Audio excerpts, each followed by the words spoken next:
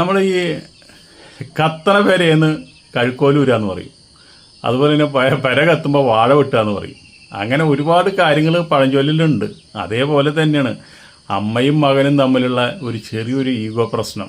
അതിപ്പോൾ ഇന്നല്ലെങ്കിൽ നാളെ അത് മാറും. അല്ലാണ്ട് ഇത് സ്ഥിരമായിട്ടൊരു വഴക്കായിട്ടോ കുറ്റമായിട്ടോ ഒന്നും നിൽക്കൊന്നുമില്ല. അവർ ഇന്നല്ലെങ്കിൽ നാളെ ഒരു ഒന്നാവും. പോരാത്തന്നെ ഇങ്ങനെയുള്ളൊരു അവസ്ഥയിൽ രേണുവിന് ഇങ്ങനെയുള്ളൊരു അവസ്ഥകളുണ്ട്. ഇന്നല്ലെങ്കിൽ ഇപ്പോൾ എന്തെങ്കിലും പറയണ്ടെങ്കിലും കുറച്ച് കഴിയുമ്പോൾ അവന് അതൊക്കെ മാറി, അവൻ്റെ വിഷമമൊക്കെ മാറി അവൻ്റെ അനിയൻ്റെ അടുത്തേക്കും അവൻ്റെ അമ്മയുടെ അടുത്തേക്ക് തിരിച്ചു പോകും. അതൊക്കെ സത്യമായിട്ടുള്ള കാര്യമാണ്. പക്ഷേ ഇതിൻ്റെ ഇടയിൽ രണ്ട് ആട്ടുമുട്ടന്മാരെ കൂടി കൂട്ടിടിച്ച് അതിൻ്റെ ഇടയിൽ ചോര കുടിക്കാൻ നിൽക്കുന്ന കുറുക്കൻ്റെ കഥ പറഞ്ഞ പോലെ കുറേ വ്ളോഗർമാരും അതുപോലെ തന്നെ അതിനെ ചുറ്റിപ്പറ്റി കുറച്ച് ആൾക്കാരും കുറേ കമൻറ്റ് രോഗികളും ഉള്ളത്. ആദ്യം തന്നെ ഇപ്പോൾ രേണു ആത്മഹത്യ ചെയ്യാത്തതിലാണ് ഇപ്പോൾ ഈ വ്ളോഗർമാർക്ക് ഇഷ്ടം. അതിൽ മുൻപന്തിയിൽ നിൽക്കുന്ന ആൾക്കാരിൽ പെട്ട ആൾക്കാരാണ്. ഒന്ന് നമ്മുടെ ഷബീന ബീവി, അതുപോലെ തന്നെ ഇപ്പോൾ ഒരു അധികം നാളൊന്നും ആയിട്ടില്ല വ്ളോഗറായിട്ട്, വളരെ കുറച്ച് നാളായിട്ടുള്ളൂ. ഒരു നമ്മുടെ ഭാഷ തന്നെ തിരുവിതാംകൂറിലെ ഭാഷയാണ്. അവിടെ നീലേശ്വരം ആ ഭാഗത്തൊരു ഭാഷയാണ്. അത് കേട്ടിട്ടാണ് ആൾക്കാർക്ക് ആ ഭാഷയിലുള്ള സ്നേഹം കൊണ്ടാണ് മൂപ്പര് വ്ളോഗൊക്കെ കണ്ടു തുടങ്ങിയത്. ഇപ്പം മൂപ്പര് എന്താണെന്ന് വെച്ചിട്ടുണ്ടെങ്കിൽ കിച്ചുവിൻ്റെ കൂടെയാണ്. കിച്ചു എന്ത് ചെയ്താലും മൂപ്പർക്ക് അത് അമൃത. രേണു എന്ത് ചെയ്താലും എതിർക്കുക. ഈ രോഗത്തിനെ പോലും എതിർക്കുക. രോഗം ഇല്ലയെന്ന് വരെ മൂപ്പര് പറയാനും മൂപ്പർക്ക് മുമ്പ് അതും പറഞ്ഞിട്ടുണ്ടായിരുന്നു. ഇപ്പം പറയണതിൽ ഇത്തിരി പിന്നാക്കമുണ്ട്. ഇപ്പോൾ പറയണത് മുഴുവൻ രേണു ചെയ്യുന്നത് മുഴുവൻ തെറ്റാണെന്ന് ഈ വ്ളോഗർ പറയണത്. നമുക്ക് ഈ വ്ളോഗറുടെ വീഡിയോ ഒന്ന് കാണാം. ഇങ്ങനെ ഇരിക്കുന്ന സമയത്ത് ഇങ്ങനെയുള്ള തള്ളലൊക്കെ തള്ളുന്ന ഈ നമ്മൾ മാന്യമായിട്ട് സംസാരിക്കുള്ളൂ. ഇങ്ങനെ ഒരു വ്യക്തി, ആ വ്യക്തി ഒന്ന് ആലോചിക്കണം. ഇത് നമ്മുടെ കുടുംബത്താണ് ഇതിങ്ങനെ ഒന്ന് സംഭവിച്ചെങ്കിൽ നീ ഓരോ വീഡിയോകളും ഇങ്ങനെ വ്ളോഗ് ചെയ്ത് വിടുമോ? അല്ലെങ്കിൽ അമ്മേനെയും മകനെയും ഇങ്ങനെ തെറ്റിക്കാൻ നടക്കുമോ? ഇതൊക്കെ ഒരു നാരദപ്പണിയാണ്. പണ്ട് മഹാഭാരതത്തിൽ ചെയ്തുള്ള നമ്മുടെ നാരദൻ ചെയ്തുള്ള നാരദപ്പണിയാണ്. അവിടെയും കൂടും ഇവിടെയും കൂടും, രണ്ട് സ്ഥലത്തും കത്തിച്ച് കൊടുക്കുന്ന നടുക്ക് പിടിക്കുന്ന ഒരു ഭയങ്കര മോശം സ്വഭാവം. അതൊക്കെ ഈ പെണ്ണുങ്ങളുടെ സ്വഭാവം എന്ന് പറയും. പെണ്ണുങ്ങളെങ്ങനെയുള്ള കാര്യങ്ങൾക്കൊക്കെ മുൻപന്തിയിൽ നിൽക്കുക. ഇതിപ്പോൾ വ്ളോഗർമാരാണ് ഇതിൻ്റെ മുൻപന്തിയിൽ നിൽക്കുന്നത്. അല്ല, ഞാൻ പറഞ്ഞ കാര്യം മറന്നു. നമുക്ക് വീഡിയോ കാണണ്ടേ? വീഡിയോ കാണോ. അങ്ങനെ കൊല്ലത്തെ വീട്ടിലൊക്കെ വന്ന് ഇവിടെ സംസാരിച്ച് വല്യമ്മയൊക്കെ ആയിട്ട് സംസാരിച്ച്, അല്ല അതിൻ്റെ ഇടയ്ക്ക് ഇത് കിടന്നിട്ടുണ്ട്. വീണയും അച്ഛനും തമ്മിൽ ഡിവോഴ്സ് കാര്യങ്ങളെല്ലാം ആയി. ഇങ്ങനെ പൈസ കൊടുക്കണം അങ്ങനത്തെ രീതിയിൽ ഉള്ള രീതിയിൽ പൈസയൊക്കെ കൊടുത്ത് ഡിവോഴ്സായി. അത് കഴിഞ്ഞിട്ടാണ് അമ്മേനെ കെട്ടുന്നതും കേട്ടോ ഇപ്പോഴത്തെ. അങ്ങനെ കൊല്ലത്തൊക്കെ സംസാരിച്ച് എല്ലാം റെഡിയായി. ഞാനും അച്ഛനും അമ്മയും എല്ലാവരും കൊല്ലത്ത് നിൽക്കുന്നു. അതിൻ്റെ ഇടയ്ക്ക് കൊല്ലത്ത് വെച്ചിട്ട് ചെറിയൊരു വഴക്കായി. ഞങ്ങൾ കോട്ടയം പോകുന്നു.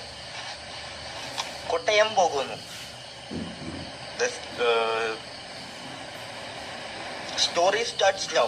അതായത് ഫേക്ക് സ്ക്രീൻഷോട്ട് അല്ല, ഒറിജിനൽ. നമുക്ക് കാണുന്നവർക്ക്, ബോധമുള്ളവർക്ക് മനസ്സിലാവണം ഇത് ഉള്ളതാണ് എന്ന്. അങ്ങനെ എന്തെങ്കിലും തെളിവുണ്ടെങ്കിൽ നീ കൊണ്ടുവാ. ഇപ്പൊ കുറെ പേര് പറയുന്നുണ്ട് രേണുവിനെ മാത്രം എന്തിനു വിമർശിക്കുന്നു എന്ന്. അവർ തെറ്റ് ചെയ്യുന്നത് കൊണ്ടാണ്. അതായത് വയ്യാതിരിക്കുമ്പോഴും അവർ തെറ്റ് ചെയ്യുന്നുണ്ട്, അതുകൊണ്ടാണ് വിമർശിക്കുന്നത്. ഓക്കെ, നമുക്ക് ഈ ചങ്ങായി രേണുവിന്റെ കൂടെ അഭിനയിച്ചിട്ടുണ്ട്, അതിലേക്ക് വരാം. അതിനു മുമ്പ് ഒരു സ്ത്രീ രേണുവിന്റെ അച്ഛനെ വിളിച്ചിട്ട് ഇങ്ങനെ, അതായത് രേണു തൂങ്ങാൻ ശ്രമിച്ചോ എന്ന് ചോദിച്ചിട്ട് വന്നിട്ടുണ്ട്. അവര് പറയുന്നുണ്ട്. അത് നമുക്ക് ജസ്റ്റ് ഒന്ന് കേട്ടു നോക്കാം. ഇവര് പറഞ്ഞത് ശുദ്ധ ഫേക്കാണ്, ശുദ്ധ മണ്ടത്തരാണ്. ഇവര് റീച്ചിന് വേണ്ടിയിട്ട് ഉണ്ടാക്കി പറഞ്ഞത് തന്നെയാണ്. ഈ ഒരു സംഭവം അറിഞ്ഞിട്ട് ഞാൻ രേണു സുധിയുടെ വീട്ടിൽ അച്ഛനെ വിളിച്ചപ്പോൾ അവന് പ്രാന്ത്. അങ്ങനെ ഒരു സംഭവം ഇവിടെ ഉണ്ടായിട്ടില്ല. മാത്രമല്ല രേണു സുധി ഇപ്പം ഒരു 10 മിനിറ്റ് പോലും ആയിട്ടില്ല ഇൻസ്റ്റയിൽ പോസ്റ്റ് ചെയ്ത ഒരു ഫോട്ടോ ഞാൻ കാണിച്ചു തരാം. നിങ്ങൾ ഹോസ്പിറ്റലിൽ അഡ്മിറ്റ് ചെയ്തിരിക്കുന്നതല്ലേ പറഞ്ഞത്? താണ്ട മക്കളെ, ഇപ്പൊ അതാ ഒരു 30 മിനിറ്റ് പോലും ആയിട്ട് രേണു സുധി കുറച്ച് ഫ്രണ്ട്സുള്ള കാണാൻ വീട്ടിൽ ചെന്നപ്പോൾ എടുത്തിട്ട ഫോട്ടോസാണ് ഈ കാണുന്നത്. ഓക്കെ, അത്യാസന്ന നിലയിൽ എന്ന് പറഞ്ഞപ്പോൾ സഹിക്കാത്ത നീ എന്ത് പോക്കൃത്തരമാണോ ഈ സോഷ്യൽ മീഡിയയിൽ വന്ന് പറഞ്ഞത്? രേണു സുധി തൂങ്ങാൻ കയറിട്ടെന്ന്. അവളെ പോലെ ബോൾഡ് ആയിട്ടുള്ള ഒരു വ്യക്തിയെ എന്റെ ലൈഫിൽ ഞാൻ കണ്ടിട്ടില്ല. തൂങ്ങണമെങ്കിൽ 10-12 പ്രാവശ്യം തൂങ്ങേണ്ടുന്ന സമയങ്ങൾ കഴിഞ്ഞു. പിന്നല്ല ഈ സില്ലി മാറ്റുന്നത്. അല്ല, രേണു ഒരിക്കലും തൂങ്ങില്ല. കാരണം അവരൊരിക്കലും തൂങ്ങത്തില്ല. ഞാൻ അതിന്റെ കൂടുതൽ പറഞ്ഞാൽ ഇപ്പൊ രോഗമുണ്ട് അവർക്ക്, അത് ഓവറായി പോകും. അതായത് ഒരു കാര്യം പറയാം, രേണു നിരന്തരം സ്റ്റോറി ഇടുന്നുണ്ട്. പക്ഷേ ആ വ്യാജ സ്ക്രീൻഷോട്ടിനെ കുറിച്ചിട്ട് ഒരക്ഷരം രേണു സംസാരിക്കുന്നില്ല. ഈ തൂങ്ങിയതിനെ കുറിച്ചിട്ട് രേണു ഒരക്ഷരം സംസാരിക്കുന്നില്ല. ഫുൾ ടൈം രേണു പോസ്റ്റ് ഇടുന്നുണ്ട്. രേണുവിന് അതിനൊക്കെ പറ്റുന്നുണ്ട്. എന്റെ പൊന്നു മനുഷ്യന്മാരെ, എനിക്കൊരു ഡൗട്ട് ഉണ്ട്. ആ രോഗം ഉള്ളതാണോ? അല്ല, ഞാൻ വെറുതെ പറഞ്ഞതാണ്. അങ്ങനെയല്ല എന്റെ പൊന്നു മനുഷ്യന്മാരെ. എന്തിനാണ് എന്തിനാണ് ഇങ്ങനെയൊക്കെ ഒരാളെ വെളുപ്പിക്കാൻ വേണ്ടി, രേണു സ്വയം വെളുക്കാൻ വേണ്ടിയിട്ട് വ്യാജ സ്ക്രീൻഷോട്ട് ഉണ്ടാക്കുന്നു, അതിനുശേഷം തൂങ്ങു എന്ന് പറയിപ്പിക്കുന്നു.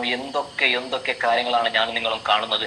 എന്റെ പൊന്നു മനുഷ്യന്മാരെ നോക്കൂ, ഇവനാണ്, അതായത് രേണുവിന്റെ കൂടെ നിന്ന് ഫോട്ടോ എടുത്തിട്ടുണ്ട്. അതിനുശേഷം ഒരു വീഡിയോ ക്ലിപ്പ് ഞാൻ വെച്ച് തരാം, ഇവനും രേണും കൂടി സംസാരിക്കുന്നത്. മക്കു എന്തിനാണോ അവിടെ വായിന്ന് കേൾക്കുന്നത്? ഡയറക്ടർ വരും. നമസ്കാരം, എന്റെ പേര് അൻഷാദ് എന്നാണ്. രേണുവിനെ വെച്ചിട്ട് രണ്ടാമത്തെ ആൽബമാണ് ചെയ്തിരിക്കുന്നത്. കണ്ണേട്ടന്റെ സ്വന്തം ശ്രീകുട്ടി എന്ന് പറഞ്ഞിട്ട് ഒരു ആൽബം റീലുകളൊക്കെ ഭയങ്കര വൈറലാകുകയൊക്കെ ചെയ്തിരുന്നു. അതും കാട്ടുമങ്കയും ഇപ്പൊ ചെയ്ത കാട്ടുമങ്ക, ഇത് രണ്ടും ഒരുമിച്ച് അടുത്തടുത്ത ദിവസങ്ങളിൽ റിലീസ് ഉണ്ടാവുന്നതാണ്. എല്ലാവരും സപ്പോർട്ട് ചെയ്യണം, ലൈക്കും ഷെയറും കമന്റ്സും ഒക്കെ തരണം. എല്ലാവരും കണ്ടു വിജയിപ്പിക്കണം. ഓക്കെ, ഇത്രയും രേണുവിന്റെ അടുത്ത ഒരാള്, അവൻ തന്നെ പറയുന്നുണ്ട് രേണുവിനെ എല്ലാവരും വിളിക്കുന്നുണ്ട്. നോക്കൂ നിങ്ങൾ, ഒരുമിച്ച് അഭിനയിച്ച ഒരാള് ഇങ്ങനെ, അതായത് അവള് തൂങ്ങി എന്ന് പറയോ? ഒന്നെങ്കിൽ തൂങ്ങണം. അവിടെ രേണു തൂങ്ങിയിട്ടില്ല, അത് നമുക്ക് എല്ലാവർക്കും അറിയുന്ന കാര്യമാണ്. കാരണം ഈ ചങ്ങായി പോസ്റ്റ് ഇടുന്ന സമയത്ത് രേണു തൂങ്ങി എന്ന് പറഞ്ഞവൻ പോസ്റ്റ് ഇടുന്ന സമയത്ത് രേണു അവിടെ ഇൻസ്റ്റഗ്രാമിൽ റീൽസും സ്റ്റോറിയും ഇട്ട് ആഘോഷിക്കുന്നുണ്ട്. അപ്പോൾ അങ്ങനെ ചെയ്തിട്ടില്ല. അത് നമുക്ക് ഇപ്പൊ കണ്ടില്ലേ കേട്ടില്ലേ, വെറുതെ ഒരു കാര്യമില്ലാണ്ട് ഒരാളെ അങ്ങനെ അങ്ങോട്ട് അപമാനിക്കുക, കുറ്റം പറയുക, അസൂയ, കുശുമ്പ്, ഇതൊക്കെയാണ് ഇതിൻ്റെ പിന്നിലുള്ള കാര്യം. പിന്നെ പൈസ ഉണ്ടാക്കുക. എല്ലാവരും ഒരു ചാം വയറിന് തന്നെയാണ് എല്ലാവരും ഈ വ്ളോഗർ ഈ യൂട്യൂബിലും കിടന്നിട്ട് ഫേസ്ബുക്കിലൊക്കെ കിടന്നിട്ട് എല്ലാവരും ഈ ഊഞ്ഞാലാടുന്നത്. അത് ഊഞ്ഞാലാടുന്നതൊന്നും കുഴപ്പമില്ല. പക്ഷെ ഒരാളെ മനസ്സ് വേദനിപ്പിച്ചു കൊണ്ടോ അവരെ ദുഃഖിപ്പിച്ചു കൊണ്ടോ നമുക്ക് അതിൽ നിന്നൊരു 10 രൂപ കിട്ടുമ്പോൾ നമുക്കൊരു മനസ്സമാനം ഉണ്ടാവില്ല. 4 ആൾക്കാരെ നല്ലത് പറഞ്ഞുകൊണ്ട്, അവർ ചെയ്ത കാര്യങ്ങൾ നല്ലത് പറഞ്ഞുകൊണ്ട്, എന്നാൽ മോശം ചെയ്യുന്ന ആൾക്കാർ ഒരുപാടുണ്ട്, അവരെ തുറന്ന് കാണിച്ചുകൊണ്ട് ഒക്കെ ചെയ്യുമ്പോൾ അങ്ങനെ ഒരു 10 രൂപ കിട്ടുമ്പോൾ ഒരു സന്തോഷമാണ്. ഈ കാശ് കിട്ടുന്നത് ഇപ്പോൾ ഈ പറയണ പോലെ രേണുവിന് കുറ്റം പറഞ്ഞ് കിച്ചുവിനെ വലുതാക്കി പറഞ്ഞ് അവൻ നല്ലവനാണ്, അവന് രൂപക്കൂട്ടിയെ വയ്ക്കണം, ഏറ്റവും കുഴപ്പപ്പെട്ടത് രേണുവാന്നൊക്കെ പറഞ്ഞ് അങ്ങനെയൊക്കെ ചെയ്യുമ്പോൾ ഒരു രോഗിയായിട്ട് കിടക്കുക. ഒന്നുമില്ലെങ്കിൽ ആൾക്കാർ കേൾക്കുമ്പോഴെങ്കിലും നിന്നെപ്പറ്റി എന്താ വിചാരിക്കുക? നീ വളർന്നു വരുന്നൊരു കലാകാരനല്ലേ, ഒരു വ്ളോഗറല്ലേ, നല്ലൊരു വ്ളോഗറായിട്ട് നീ 10 രൂപ സമ്പാദിക്കും, അത് ഏറ്റവും നല്ലത്. ഇതാണ് എൻ്റെ ഉപദേശം നിനക്ക്. ഈ കാര്യത്തിൽ നമുക്ക് ഇത്രേ പറയാനുള്ളൂ. നമുക്ക് ആരും നന്നാക്കാൻ പറ്റില്ല, ആർക്കും ഉപദേശം കൊടുത്ത് നന്നാക്കാൻ പറ്റില്ല. ഇത് ഏറ്റവും വലുത് ഉപദേശം കൊടുക്കുന്ന ആൾക്കാരെ കണ്ണിഷ്ടം കണ്ടുകൂടെ ആർക്കും. അതുകൊണ്ട് നമ്മൾ മിണ്ടാണ്ടിരിക്കാൻ നല്ലത്. അതുകൊണ്ടാണ് നമ്മൾ മയത്തലൊന്ന് പറഞ്ഞത്. രേണുവിൻ്റെ കാര്യമാകാനും പറഞ്ഞതാണ് കേട്ടോ സുഹൃത്തെ.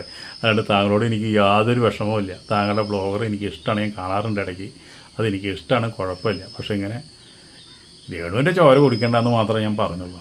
ഓക്കെ.